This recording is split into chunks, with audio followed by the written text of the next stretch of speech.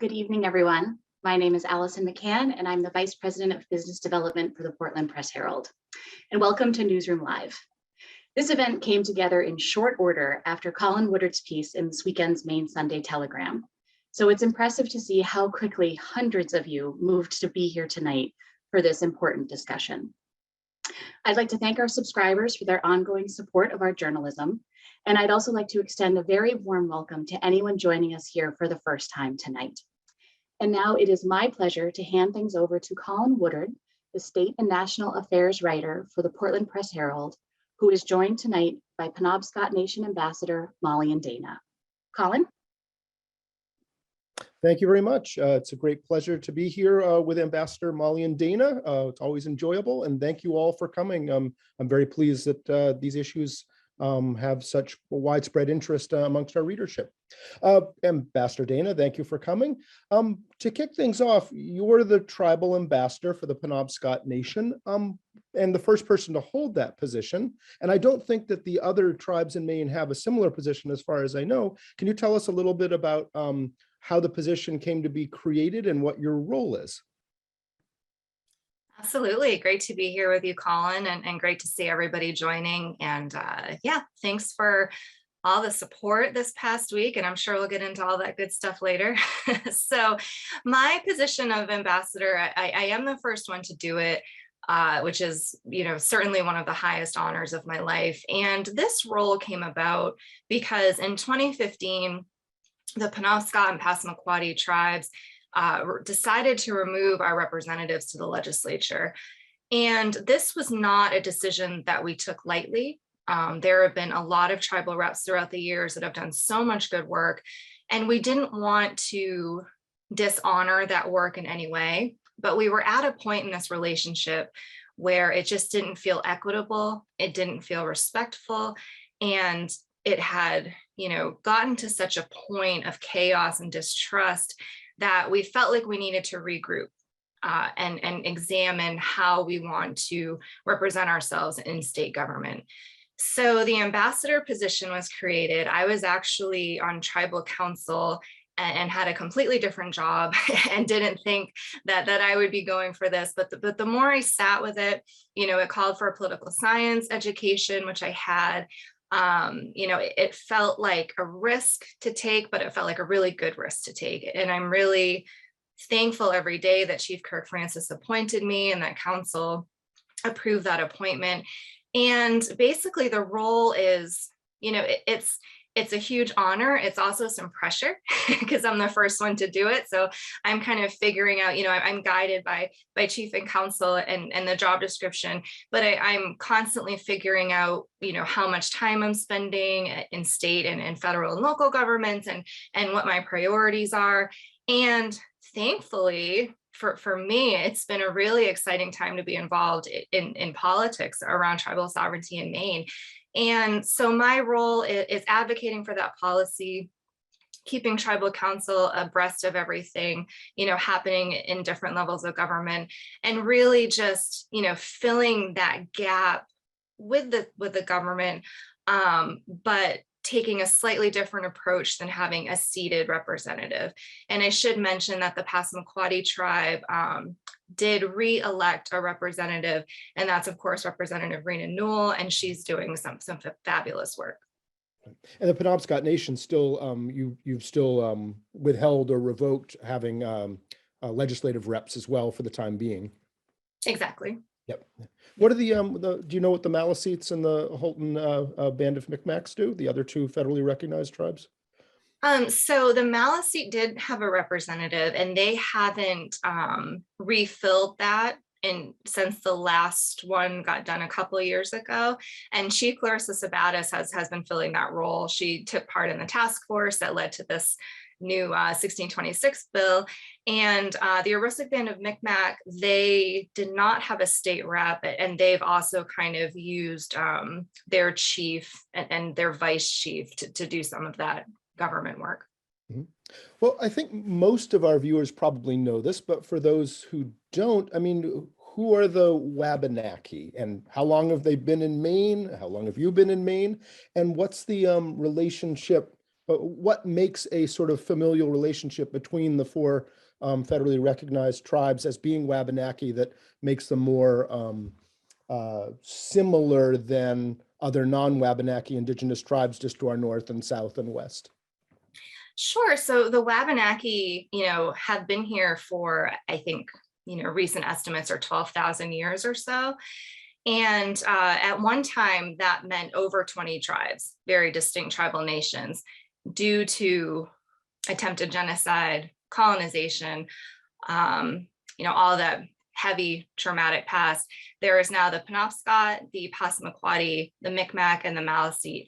There are Abenaki people still in our ancestral homeland, and they are, recognized in Canada, but they are living, excuse me, living here. 1 second. And I think what makes us unique and connected to each other are the bonds of our homeland and this very long-standing Wabanaki Confederacy. Mm-hmm. Is like, are the languages, like if a Penobscot speaker and a Passamaquoddy speaker ran into each other, could they understand each other in a conversation using their own languages? Yeah, the languages are all very similar. Passamaquoddy and Maliseet are basically identical, and Penobscot's a little bit different. And that's one of the strong bonds I think that we all have, is going back to those very deep roots and some of those striking similarities in a lot of our ancient culture. So Maine and the tribes have had a very fraught relationship. I mean, even if we don't go back centuries, just in the relationship over the past 75 years or so. I mean, until 1954, Maine Indigenous people couldn't vote in federal elections, even though the Constitution of the United States had been changed in 1924 to make that possible. State elections wasn't until 1967, 1968. I know in the case of the Passamaquoddy, from my previous reporting, that in the early 1960s, no Passamaquoddy person had served on a jury in Eastern Maine. People couldn't get their hair cut in Princeton, the nearest town to the Passamaquoddy's Indian Township Reservation. People would be murdered and nobody would seriously be investigated or held accountable. You'd call for an ambulance and it wouldn't come, and those sorts of things. And the state, up in the mid-1960s, considered the tribes to be wards of the state. And in the Passamaquoddy case, had a sort of rations they would give out of food and coats and the like, because people weren't actually allowed to hunt and fish on Passamaquoddy lands, for instance. Was the situation as difficult and extreme in the 1960s and the Penobscot Nation as that, or was it a little bit modulated, being closer to Bangor and population centers in Maine? Yeah, I think that all of the reservations in Maine, we're dealing with the lasting effects of that heavy history I talked about. And when you have so much land taken from you, when you have this assault on your children being taken out of your homes to put into these, government-run foster homes and boarding schools, when you are attacking a people, at every single level, I think every single community will suffer, and it will take generations to try to bounce back from that. So I think, you mentioned that we're closer to Bangor and we're more centrally located. I do think that's benefited Penobscot in the past as far as economic opportunities and employment and the like. It's also led to us losing more of our culture, I think. We talked about that Passamaquoddy and Maliseet language and how strong those are and how they can talk to each other. The Penobscot language is slightly different, and we have far less speakers. We do have some speakers really holding on to it and doing a wonderful job. But I think the geographical isolation of the other tribes has been a benefit to a point, even though there's all these other factors. So there is a balance of all of that. Right. Economic deprivation may have been greater, but cultural retention was perhaps strengthened by being further afield. I would say so, yeah. Yeah. So how did, from that situation, how did the tribes end up having full federal recognition at the end of the 1970s. There'd been a court case in the beginning of the land claims, but how did it all come about that made for a short period a time when Maine's tribes, at least on paper, had the same jurisdiction and rights and privileges and the like of other federally recognized tribes, especially in the Western United States? Yes, absolutely. So to become a federally recognized tribe, you need to meet certain criteria with the federal government, and that's membership. You show a strong genealogy. You show, just these trappings that make you a tribal community. And the Passamaquoddy, Penobscot, and Maliseet, and later the Micmac have all met those qualifications for the federal government. So when we say federally recognized tribal nation, that's what we're talking about. We've entered into this application with the government, and we were granted that status. So you alluded to the court case of Passamaquoddy v. Morton, 1976. We were awarded that status, the tribes, and 1980 we had the Land Claims Settlement Act. So for those 4 or 5 years there, we had all these rights and privileges and entitlements as federally recognized tribes, and I'm sure we'll get into this in detail, but those were greatly diminished with the Land Claims Settlement. Right. I mean, readers or viewers who've lived in Maine who are above a certain age probably remember the 1980 Land Claims Settlement. It was huge news, of course, at the time. It was discovered by tribal attorneys that there was a case to be made that a violation of a treaty that had never been actually ratified by Congress as required, meant that at least on paper and legally, 2/3 of the state of Maine still belonged to the Penobscot and Passamaquoddy tribes. And there was a suit placed forward essentially against the United States for not having protected those rights as required. And of course, as a practical matter, it might have been difficult to reclaim 2/3 of the state with 350,000 inhabitants. So there was a settlement negotiation. And in 1980, a settlement agreement came together with the help of President Carter's White House and all kinds of negotiations. In essence, the tribes extinguished their claims to those 2/3 of the state in exchange for $81.5 million, certain land privileges, but also at the state of Maine's insistence in a curtailing of a lot of those sovereignty powers that had been acknowledged by the federal government in 1976. Can you talk a little bit about how that deal reduced tribal sovereignty and what went wrong for the tribes, either in how it was negotiated or how the meaning of those aspects of the settlement evolved after the fact and how they became interpreted? Absolutely. So I always have 2 disclaimers to this. One, I wasn't alive in 1980. I came along shortly after. And 2, I'm not an attorney. So, some of the nitty gritty legal things I might not articulate them perfectly. But, like you said, the state came into this negotiation as the party who had illegally taken all of this land. The tribes and the federal government are seeking a way to make this right. On paper, the agreement should have been about land and money, and repairing this situation. So what we had with the state of Maine negotiators was, this very strong need to make sure that this didn't give the tribes any kind of enhanced power or real sovereignty or self-determination. It was said time and time again that the state didn't want a nation within a nation scenario.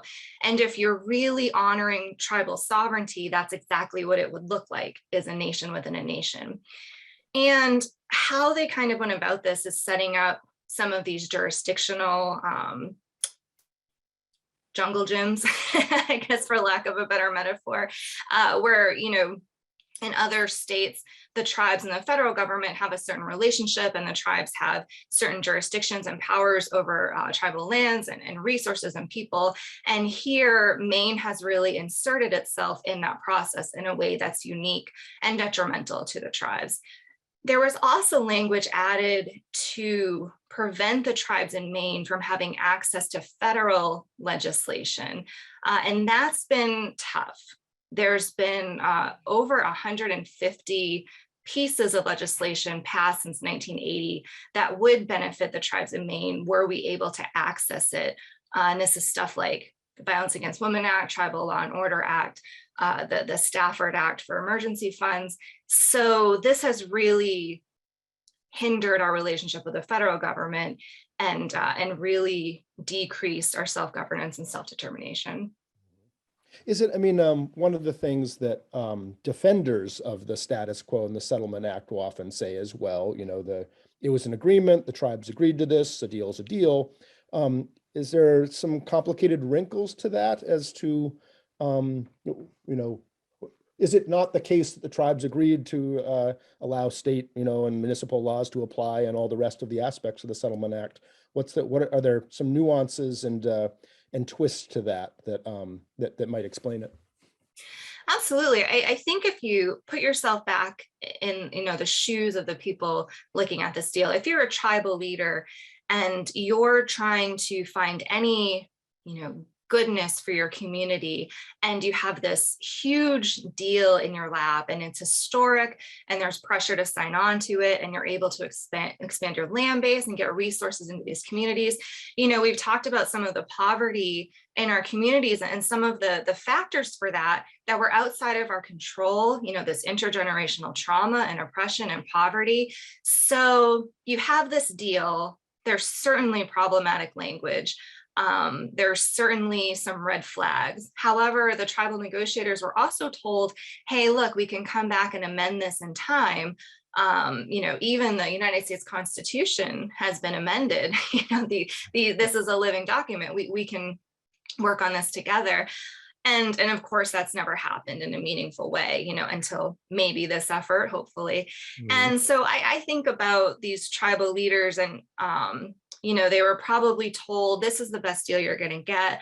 Ronald Reagan is likely to come into office after Jimmy Carter. He is not likely to sign anything for you. It's now or nothing. You know, a lot of this pressure. This is all happening in late 1979, and exactly. there's, I mean, in late 1980, right. And then there's the 1980 election where Carter's defeated, so he's a lame duck president when this is being signed, right? Exactly. Right. And I think that happens a lot with marginalized people. You know, you're constantly, there's a constant scarcity of resources. You're constantly desperate. You have a lot of people counting on you, elders, children, you know, the future. And there's, you know, you're kind of between a rock and a hard place. I think if the tribes had said flat out no, you know, they would have gone into a lot of legal debt trying to keep this case going. So it's easy to say now, well, that was a horrible deal. Why did we do that? But I think there were some very good reasons for agreeing to this. And I think it's about time the state of Maine really come back to the table and hear the tribes out on why this deal isn't working for us. Mm-hmm. Is your sense, I mean, you weren't alive then, and I was just a little kid then, but do you have a sense, or is there a sense in the tribe or a working hypothesis as to why it was so important to the state and a land claim settlement that restrictions be placed, restrictions that don't exist to the same degree anywhere else in the United States on federally recognized tribes? Why was that such a point that they were pushing? You know, for the reasons you described, the state had leverage in those last moments, but why is this what they wanted to leverage? Do you have any sense of that? Well, I think as we've outlined here, you know, the tribes had just gained federal recognition. So when you're in a place of perceived supremacy, as the state of Maine government was, you know, over these people who were living with Indian agents in the communities, who were, you know, being rationed food and you know, government, you know, food and you know, goods coming into communities that weren't healthy or good for people.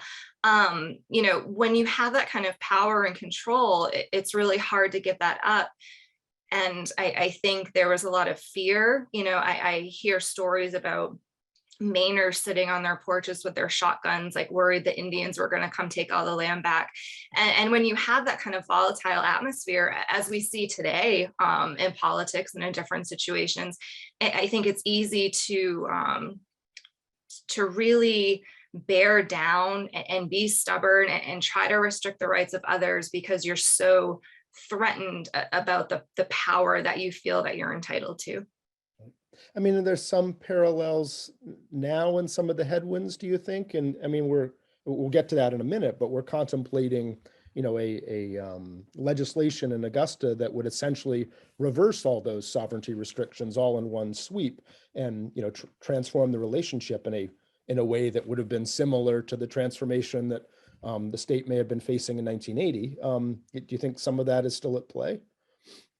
Oh, absolutely. I think that the structures of power and control in Maine have been built up for generations, and there's some that have benefited greatly from them, and there's some that have been continually marginalized and oppressed. So when you have the voice of a people who are in the latter category kind of finally being heard and requesting those rights back, and requesting restoration of very simple equity, that can feel very threatening and very scary to those people that have benefited from those power structures. And I've seen this across a lot of things I've worked on in my life, even something like Indian mascot use. Something that a lot of people now say, well, that's obviously racist. Way back 20 years ago, when we were telling people, fake war paint and tomahawk chopping, that's harmful to us, that's harmful for our kids to see. It was never, for a lot of people, it was never a question of humanity and thinking about our feelings. It was a question of, but that's my right to do that. And I'm, worth more than you, so you can't tell me to change. And I think that happens on small and large scales. And you were often in the fray of that because you were sort of the emissary actually going to Skowhegan or other towns where they had such a mascot and being in the thick of it. Emotions ran high among people who, like, we've always been called XYZ, we should continue to do it. Yeah, you learn a lot about identity. I had people tell me, well, I'm just as Indian as you are, because this is the mascot of my school, or the school I went to, 40 years ago. So you learn a lot about, how people internalize what they're proud of, what they're scared of, the things they want to carry in themselves. And when you break a lot of that down, we're all humans at our core. We're motivated, all of us, by just a few simple things. We want to be safe. We want to be heard. We want our needs met. So I find in politics and in social justice and everything, when you can break through a lot of that, identity stuff and where am I coming from and what box am I supposed to be in, that's when you can start really reaching that humanity with people. And you saw that in your travels, like with the mascot issue, that would actually happen? Not with everyone, but with a lot.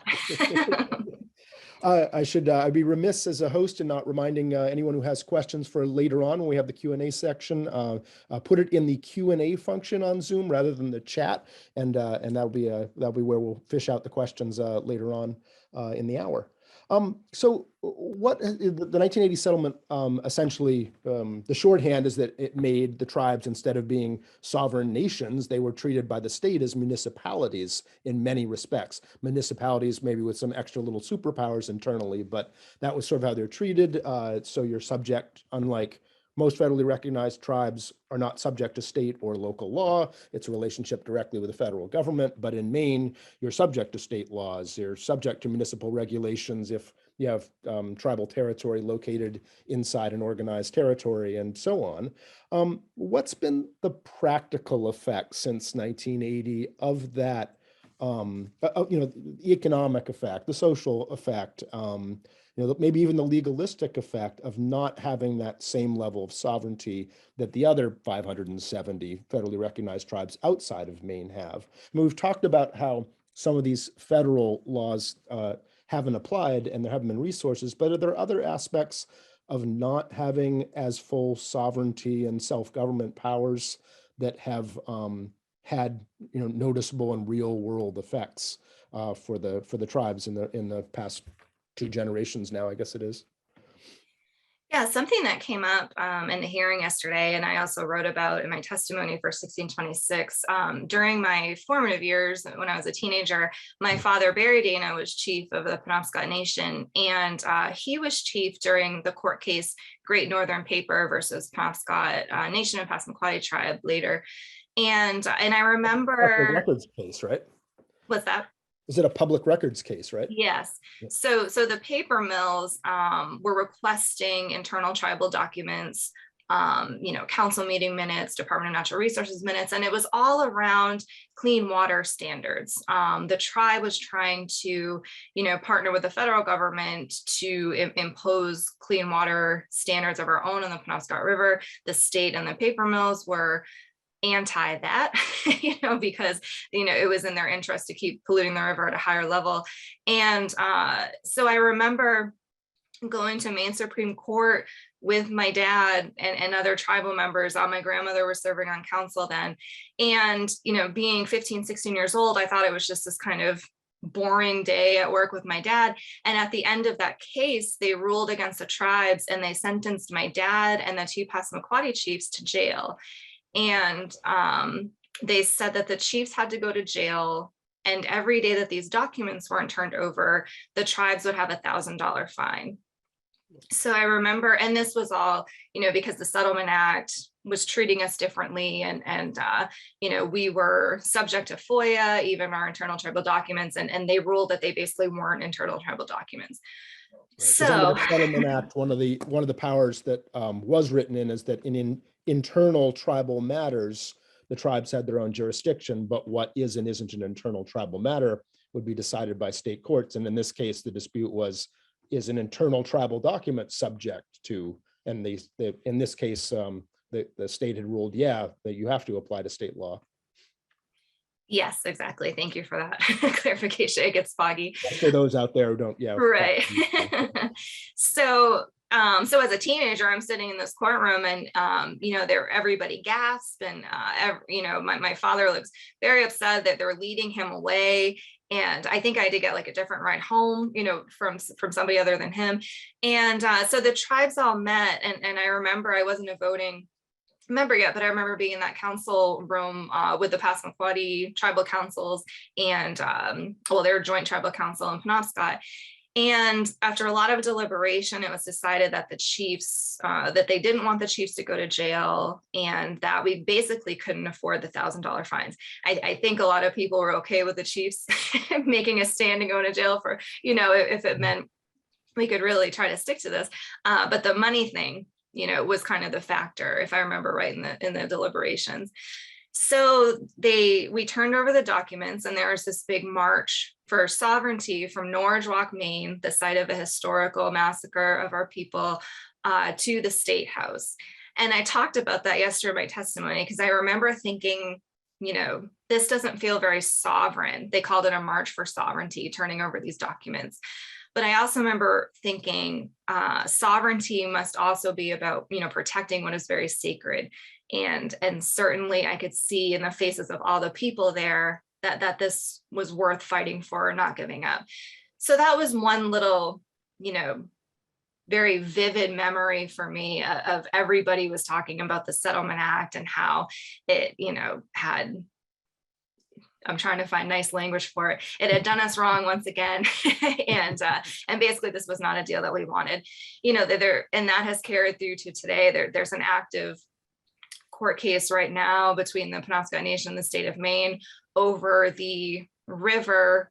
The Penobscot Nation contends that the river is part of our ancestral territory. The state of Maine claims that the Settlement Act only lists the islands in the river as our territory. So we have lost. Primary reservation, the Penobscot Nation, is Indian Island, located literally in the middle of the river. Mm-hmm. And the state is arguing that the water around Indian Island to the banks is not part of the reservation. Exactly. And a fun little, side note to all this is that everybody seems to agree that we have sustenance fishing rights. So right now, the recommendation for eating fish out of the river is, I believe, 4 ounces a day per person. And that is if you're over 10 years old and not pregnant. So that's certainly not sustenance levels. So the Penobscot Nation says, if you agree we can eat this fish, we need to make sure it's clean enough and that there are fish there. So that case, we've actually just asked the Supreme Court to hear that. So we're riding that one all the way through and still litigating. the limit on, you're not able to do sustenance at that level because essentially heavy metals and other things in the fish would be unsafe to eat sustenance quantities of those fish, because the water standards are not sufficient to keep the fish healthy enough to consume for sustenance. Exactly. We still have a paper mill in Old Town, releasing discharge into the river. We still have the Juniper Ridge landfill releasing discharge into the river. And that's right into our backyard and into what we feel is our ancestral territory. We feel that we never ceded the river when we agreed to the Settlement Act. Have there been other, initiatives that the tribal government has attempted to do, wanting to do X or Y or start up this thing or that thing, and have been surprised to have the state come in and say, no, you can't do that, you don't have the power to do it, or whatnot? Yeah, one that comes to mind is the Violence Against Women Act is one law that we have not been able to benefit from, the tribes in Maine with tribal courts. So we are not able to use VAWA jurisdiction in our tribal courts until recently. And at one point our tribal court was chosen for a pilot project for the federal government to implement VAWA jurisdiction, and the state of Just Maine. Briefly, the VAWA jurisdiction is that under this federal law, essentially tribal nations can try certain crimes perpetuated by non-tribal members on the reservation, like a non-tribal member committing domestic violence on a tribal member on Indian Island would normally fall under that jurisdiction, and the local court could try that. That's the VAWA, the powers within VAWA that we're talking about. Absolutely. Yeah. So we were looking to expand our jurisdiction because we do have a problem with domestic violence on tribal lands, and in those cases where, as you said, the perpetrator is non-native and the victim is a tribal member, we were often not seeing any justice for those, if ever, putting them out to state courts. So we were, looking at being a pilot project for having this jurisdiction expanded at Penobscot Nation, and the state stepped in and stopped that from happening. Under the Settlement Act, the tribes were given sort of a quota or allotment of land that they could purchase, some 150,000 acres or something or other, that could then be made into trust land. If I understand right, to date, that not all of that amount of land, that quota hasn't been filled.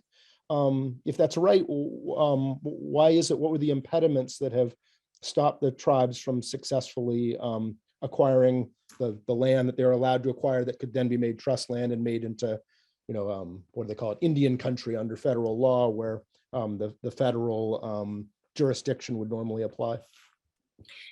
Yeah, the Penobscot Nation and Passamaquoddy tribe were each allotted 150,000 acres under the Land Claims Settlement Act, and neither tribe has reached that acreage amount.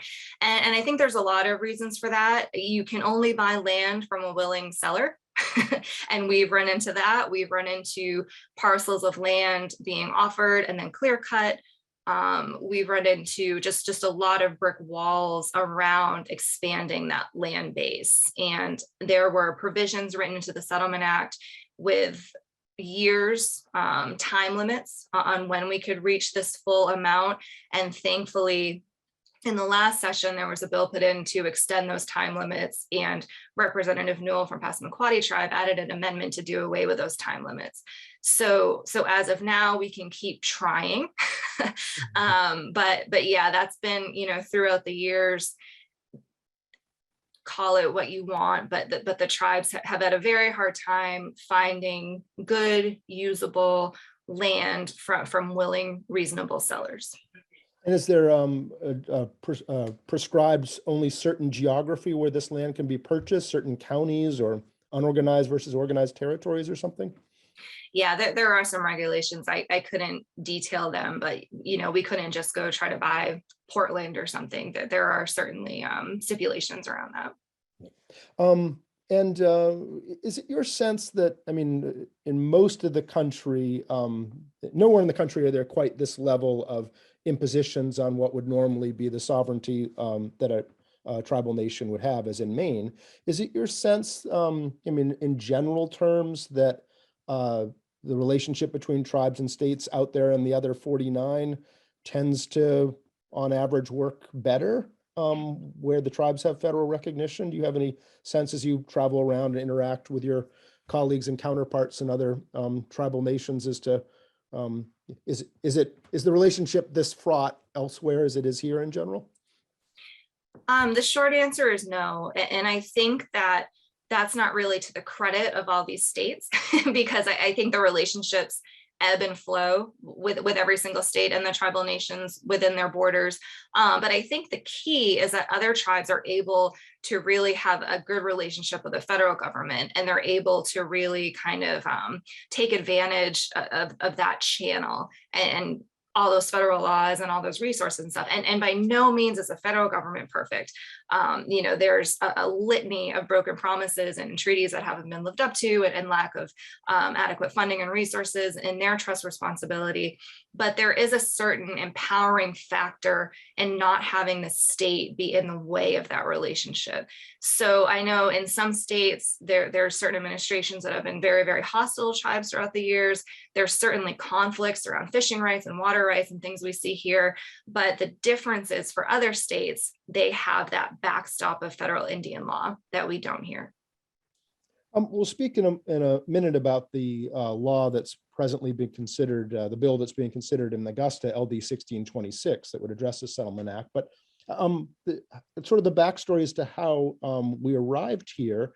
What are some of the things that the tribes here in Maine have been trying to do to reform, loosen up, or replace these sovereignty restrictions under the Settlement Acts over recent years that have led up to LD 1626? I mean, there must be a state component and a congressional, federal stuff and all the rest. What have you been trying to do in recent years that got us to this juncture? Sure. So in the 129th legislature, we had Democrats in power in all three places of government in Maine, the governor in both chambers. And we had a lot of representatives and senators, approaching the tribes with different ideas about how to really seize on this moment and how to, best advance tribal sovereignty, tribal interests. And we did some great things together. We passed the law banning Indian mascots. We changed Columbus Day to Indigenous Peoples Day. We ended up expanding the Violence Against Women Act provisions to tribes in Maine, Passamaquoddy and Penobscot in our tribal courts. We did some clean water legislation together, but there was this elephant in the room of the Settlement Act. And it was kind of just understood, this is the biggest dark cloud over this relationship. This is why there's no Penobscot rep, there really. This is why there's all this litigation. And, we had reps submitting bills addressing different pieces of the Settlement Act, reps and senators. And, the leadership at the time, so then it was Speaker Sarah Gideon and Senate President Troy Jackson, who's still serving, they, met with tribal leaders, and the idea was formed for this task force. And there was a resolution passed kind of acknowledging the history and the difficulties around the Settlement Act, and then outlining a way to go forward. So the task force was tribal leaders, bipartisan lawmakers, non-voting people from the governor's office and the attorney general's office. And they produced, after 6 or 7 sessions of learning about federal Indian law, studying the Settlement Act, they produced these recommendations, took the form of one bill. I'm going very quickly through this. COVID killed that session, took the form of a new bill, 1626, and that's of course what we're working on now, sponsored by Assistant Majority Leader Rachel Talbot Ross. And that bill, that 1626, the one that there was a hearing on Tuesday, which occasioned the Sunday article that occasioned this meeting we're in now, it makes most of the desired changes.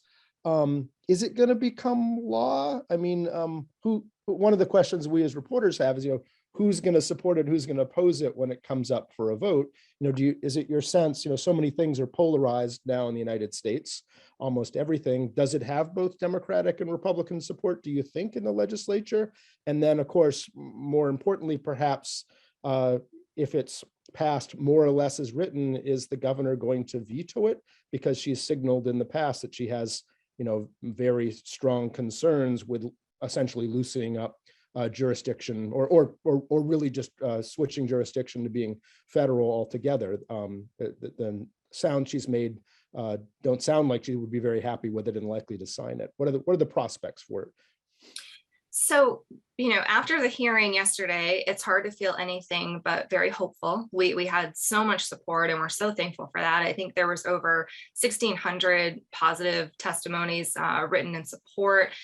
And we have some really strong numbers in the Democratic caucus. We do have some Republican supporters. And yesterday, the governor's office did submit some opposition testimony. I can't speak for her when and if, and hopefully it gets to her desk. We'll deal with that when the time comes. She did veto, so it's important to say that 1626 does not include anything about tribal gaming. So tribal gaming was a recommendation of the task force that essentially the state of Maine kind of backs off and that the tribes are able to conduct gaming in any class under the Indian Gaming Regulatory Act. So that was the recommendation put forth by the task force. It was decided to separate that out, put it to Veterans and Legal Affairs Committee instead of Judiciary Committee with the Settlement Act changes. And that bill made it to the governor and she did veto that.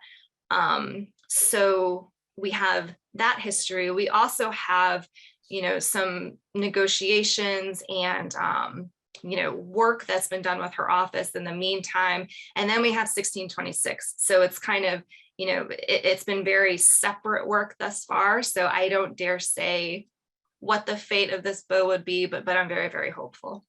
Right. I guess the big question would be if it were to pass the legislature, would there be enough votes for a supermajority to override a governor's veto? And that's still largely an unknown. You need sort of 2/3, right? Yeah, 2/3 of each chamber. And that's certainly been a consideration for us. And we've grown this amazing coalition in this kind of, because the bill was carried over. So we used that downtime, the Wabanaki Alliance did, to grow this coalition of over 50, different groups that have come together. And part of that has been looking to see if we can, talk to enough lawmakers to think about that possibility of a veto override. So playing devil's advocate, if this passed, should Mainers not be, afraid, non-Indigenous Mainers? Won't this bill make tribal territories no longer subject to state laws, labor laws, environmental laws, natural resource laws that are generally in Maine? Those laws tend to be more stringent than the federal standard. If it shifted over to the federal side, maybe things would be weakened. Wouldn't tribal territories located inside organized towns suddenly be no longer subject to the zoning rules of those towns? They wouldn't pay property taxes in those towns. Would tribes be able to buy real estate anywhere and then get the Department of Interior to make them to trust territories and not pay property taxes and all the rest? Would it not be, as the lawyers for some of the municipalities have suggested, and it sounds like Governor Mills shares some of these concerns, a sort of recipe for chaos, multiple jurisdictions, division, and would, spoil the relationship between the state and the tribes further? What, you've heard all of these things articulated, including in sort of testimony from some of the opponents and those concerned about it. What do you say in terms of pushback into that? Yeah, it's important to think about, Chief Clarissa Sabatis from the Holden and Maliseet said in some of the early, maybe in her testimony for the last iteration of the bill, she said this happens in every other state. Tribes have these rights and privileges and this relationship with the federal government, and the sky hasn't fallen. And I think that, if you need some comfort or reassurance in this area, you can just look at every other state and what the tribes are and aren't doing. And then I think it's important to think about, we have a map that we use sometimes in Wabanaki Alliance presentations that shows exactly where tribal lands are, and there's really not that much of them.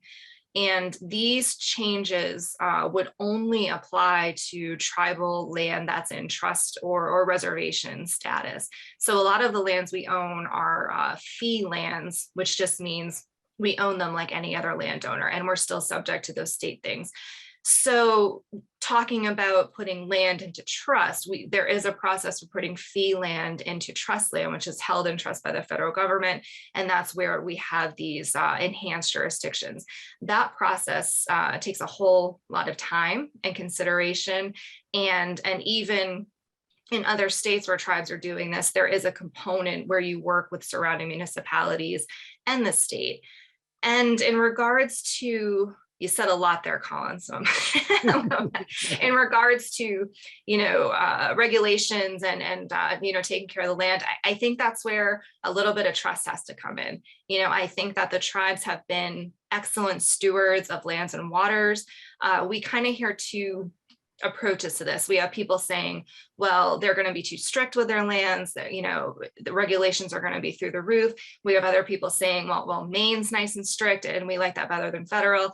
And I think you just have to look at the tribal track records on this and really trust that, it's woven into our cultural identity to be good stewards of land. And we wouldn't stop that just when we have enhanced rights to do so. I've asked a couple of the questions that have come in from the audience, but here's another one. Somebody was asking about Representative Jared Golden, who represents the 2nd District, which also includes all of the tribal reservation locations. He's introduced into Congress a bill last week, is sponsoring a bill that would essentially give, going forward prospectively, any federal law that is passed by Congress that affects Indian tribes or to the benefit of tribes would automatically, the Maine tribes would be included in that. Whereas right now, it's like you have to opt in. Congress has to actually write in the Penobscot Nation, the Passamaquoddy tribe, and so on for it to apply. Is that, what do you see as the prospects of that, and how is that going to fit into the overall picture of the efforts for achieving greater sovereignty? Yeah, we're really excited about that effort, and we're really happy with Representative Golden and his willingness to take this on. It's certainly not an easy thing to tackle, and we find him to be very much a strong advocate, and we're very much in favor of the bill and how he's gone about it. And this would be very important. It just happens to time up with the state process. So it wasn't some grand plan to basically have all of this happen in the same week. That's just kind of the fate of it all. But yeah, one of the most damaging things about the Settlement Act was this lack of being able to access these laws. And going forward, my kids are teenagers, and I have one not quite born yet. So thinking about them being able to go through their life without this one provision of land claims, even though there's all these 150 laws that we haven't had access to, the promise of, okay, starting right now, the tribes can be included in this. I think that's a very huge deal. And I think it could set a really great precedent, when people see, oh, okay, they're included in these acts now and nothing bad is happening, and not only are their tribes doing better, but rural Maine's doing better, and tribes are, having more economic opportunities and resources. We're very happy for it. And I'm not sure how it will interact with the state effort. I think obviously if 1626 passes, we will kind of have this problem solved a little bit. But I do think that it's a really important bill, and I'm really glad that someone at the federal level is taking such a stand for tribes.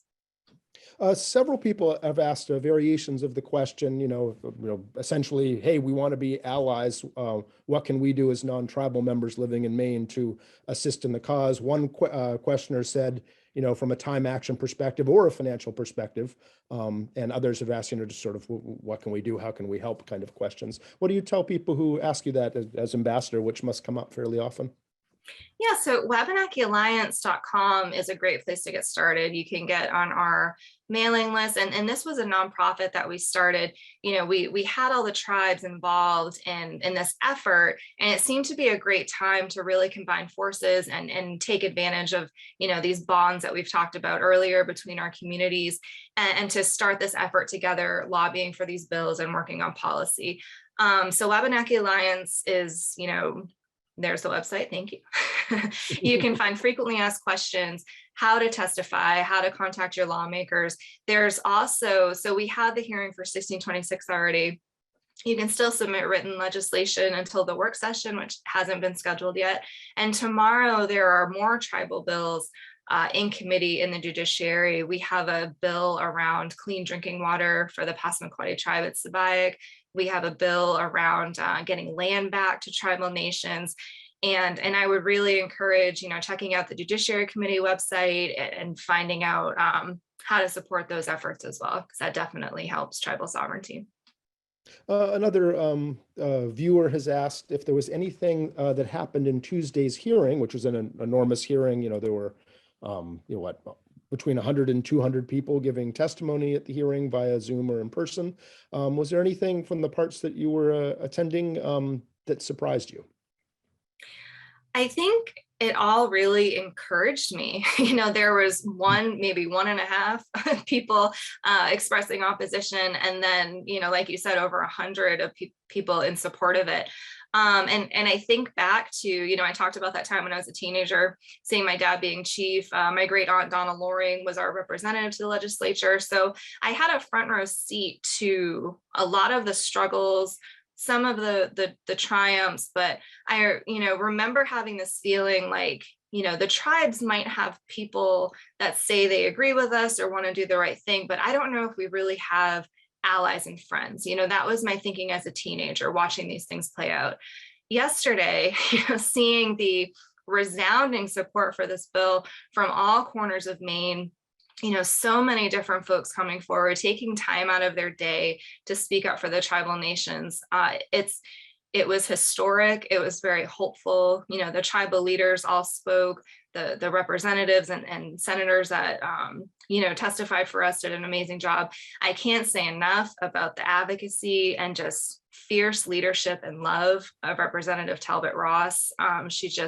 She stayed in the hearing all day as the bill sponsor, and we are just 7 hours or something. yeah, she was right there with the committee through all of it. So we really, her tenacity and just real fire to fight for what's right. We're so lucky to have her. So I think we'll see where the bill goes, but it feels historic what happened yesterday. The one voice officially in opposition was the governor's office through their counsel, Jerry Reed.